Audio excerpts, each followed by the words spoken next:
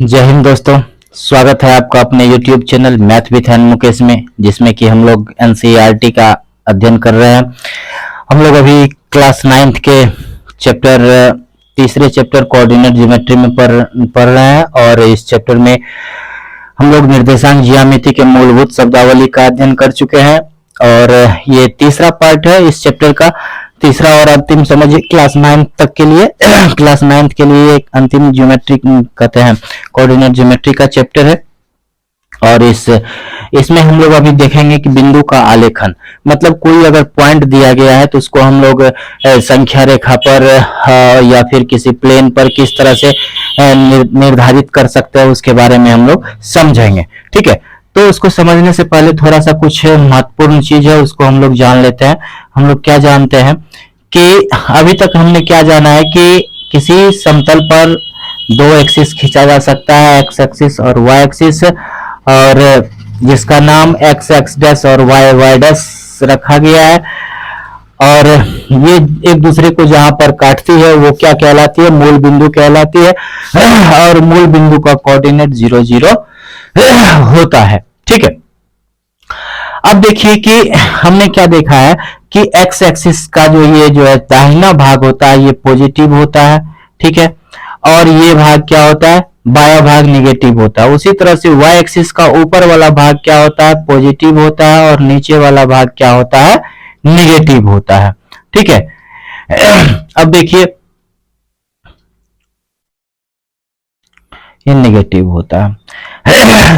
अब हम लोग यहां समझते हैं थोड़ा सा कि अगर एक्स एक्सिस, ये हम लोग क्या देख रहे थे कि एक्स एक्सिस और वाई एक्सिस समतल को चार भागों में बांटती है, चार बराबर भागों में, जिसको हम लोग क्या कहते हैं, इसको हम लोग कहते हैं फर्स्ट क्वाड्रेंट,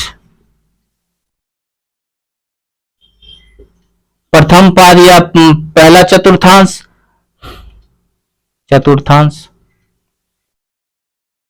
प्रथम चतुर्थांश ये हो गया। उसके बाद ये क्या है, सेकेंड क्वाड्रेंट, ये हो गया थर्ड क्वाड्रेंट। ठीक है, और ये हो गया फोर्थ क्वाड्रेंट,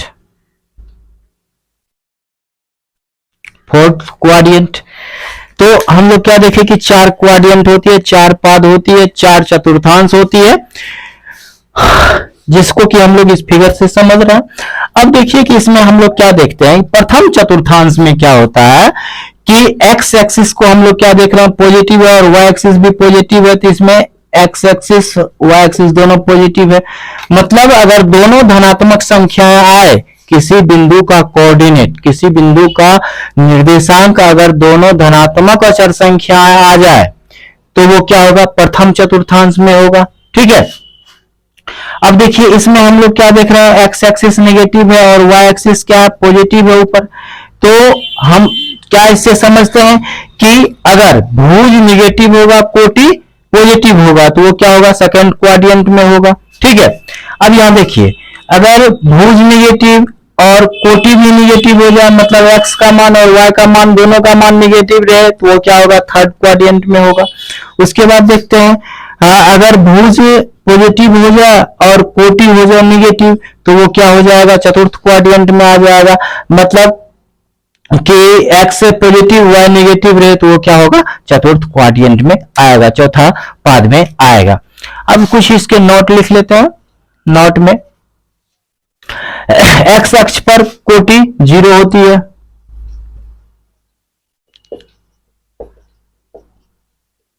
कोटि 0 होती है। ठीक, एक्स अक्ष पर कोटि 0 होती है, कोटि बराबर 0, मतलब हो गया एक्स अक्ष पर कोटि क्या हो जाएगा, एक्स 0, मतलब यहां देख रहे हैं कोटि का वैल्यू 0 है। वाई अक्ष पर भुज क्या होता है, 0 होता है, मतलब कोटि 0 होता है, 0 होता है। यहां पर भुज क्या होता है, 0 होता है।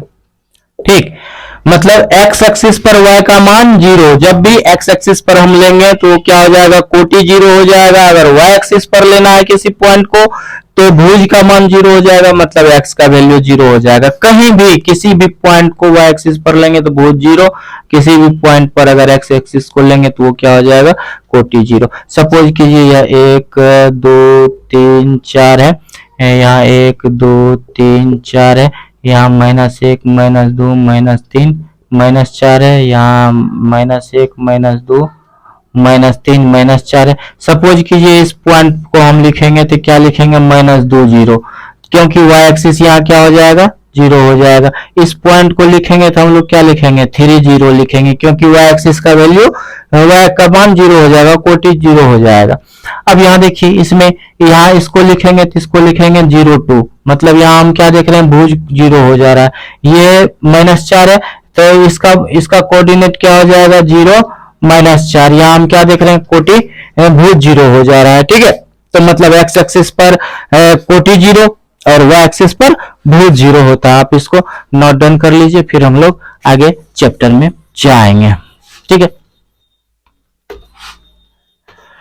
तो अभी हम लोग क्या देखें कि समतल पर जो x एक्सिस और y एक्सिस खींची जाती है तो वो 4 चतुर्थांश में विभक्त करती है प्लेन को। पहला चतुर्थांश, दूसरा, तीसरा और चौथा। इन चारों चतुर्थांशों में पहला में प्लस माइनस आता है, मतलब भुज पहला में दोनों प्लस, दूसरा में माइनस प्लस, तीसरा में माइनस माइनस, चौथा में प्लस माइनस। ठीक है, इसको हम लोग थोड़ा सा यहाँ पे संकेत के रूप में लिख लेते हैं। ठीक है, तब क्वेश्चन बनाना आसान रहेगा। y डैश, ठीक है, ये हो जाएगा 0 0। ठीक, ये हो गया प्लस प्लस, यहाँ हो जाएगा माइनस प्लस, यहाँ हो जाएगा माइनस माइनस, यहाँ हो जाएगा प्लस माइनस। ठीक, अब चलते हैं प्रश्नावली 3.3 में। प्रश्नावली 3.3, आइए अब हम लोग इसका शुभारंभ करें, इसके क्वेश्चंस को बनाना शुरू करें। चलिए, कह रहा है कि पहला नंबर, किस चतुर्थांश में या किस अक्ष पर बिंदु इतना इतना स्थित है और कार्तीय तल पर इसका निर्धारण करके उत्तर को सत्यापित कीजिए। ठीक है, तो इसके लिए सबसे पहले हम लोग क्या करेंगे, एक संख्या रेखा खींच लेंगे। ठीक, कार्तीय तल पर, तो यहाँ पर जब संख्या रेखा 2 खींचेंगे तो ये x एक्सिस और y एक्सिस कहलाएगा, 0 y डैश, ये हो जाएगा y।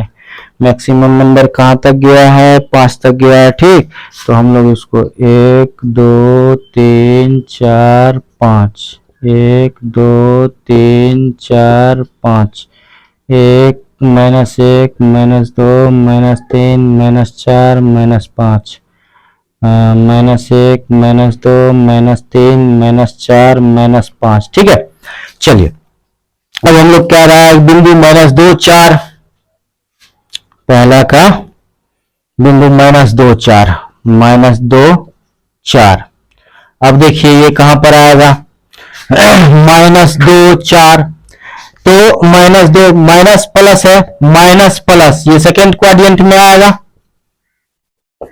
सेकेंड क्वाड्रेंट या द्वितीय चतुर्थांश,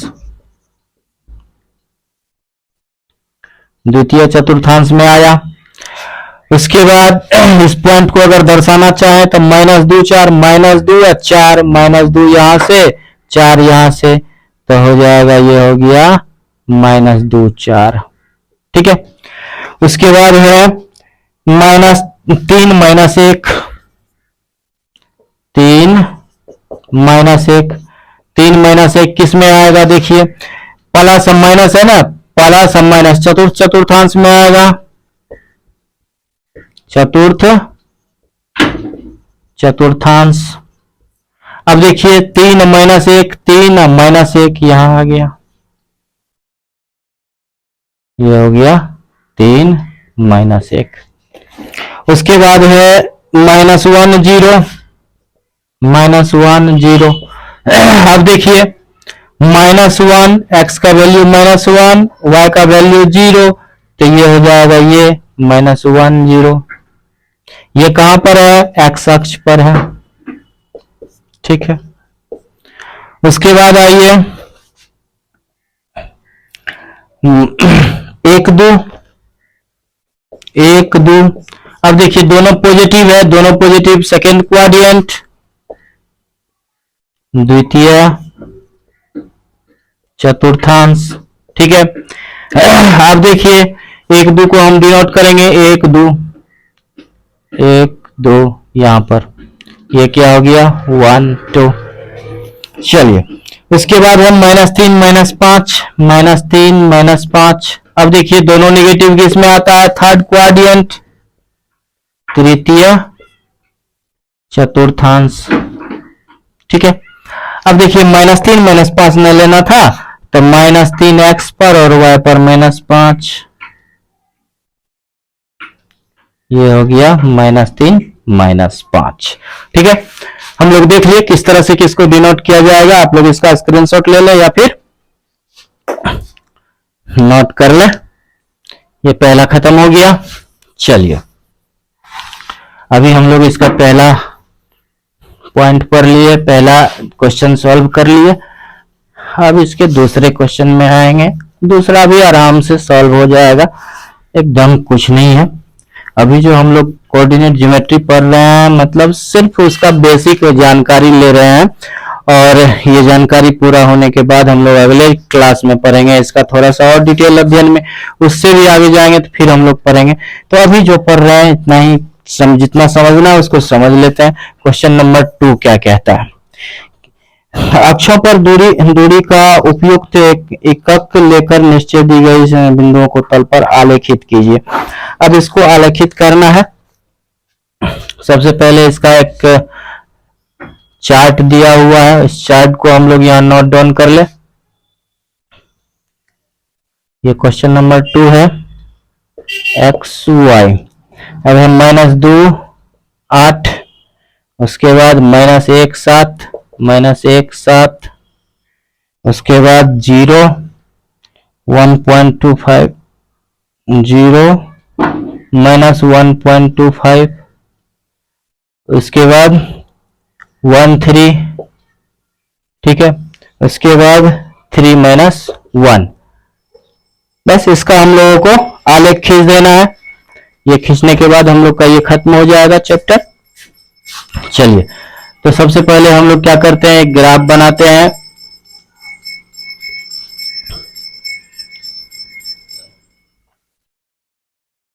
ठीक, ये हो गया एक्स एक्सिस, ये हो गया वाई एक्सिस। यहाँ हो जाएगा 1 2 3 4 5 6 7 8, 1 2 3 4 5 6 7 8। यहाँ 1 2 3 4 5 6 7 8।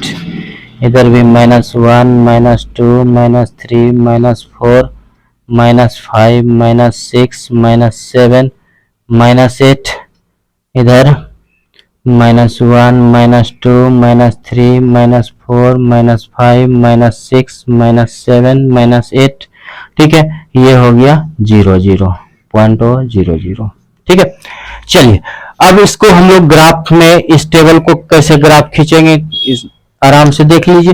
क्या है, x का मान -2, इसका 8 है, x -2 y 8, -2 8 -2 8 -2 और 8, मतलब इस तरह से जाएगा और यहां से ये हो गया -2 8, ठीक। उसके बाद आइए -1 7 -1 7, यहाँ हो गया 1, वहां हो गया 7, यहाँ हो गया -1, तो ये हो गया -1 7, ठीक है। उसके बाद 0 1.25 0, x का वैल्यू 0, x का वैल्यू 0, y का वैल्यू 1.25 -1.25, तो यहां मान के चलिए आएगा, तो ये हो जाएगा 0 -1.25, ठीक है। उसके बाद 1 3, x का वैल्यू 1, y का वैल्यू 3, ये यहां से हो जाएगा, ये यहां से हो जाएगा, ये हो गया 1 3। उसके बाद 3 -1 3 -1, 3, यहां से यहां से ये हो जाएगा 3 -1। ठीक है, तो ये इसका सॉल्यूशन हो गया। हम लोग अभी चैप्टर पढ़ रहे थे कौन सा, कोऑर्डिनेट ज्योमेट्री। कोऑर्डिनेट ज्योमेट्री का ये लास्ट चैप्टर था 9th क्लास के लिए। आज हम लोग इतना ही पढ़ेंगे, अगला अध्याय अगले क्लास में पढ़ेंगे। आज यहीं तक। जय हिंद।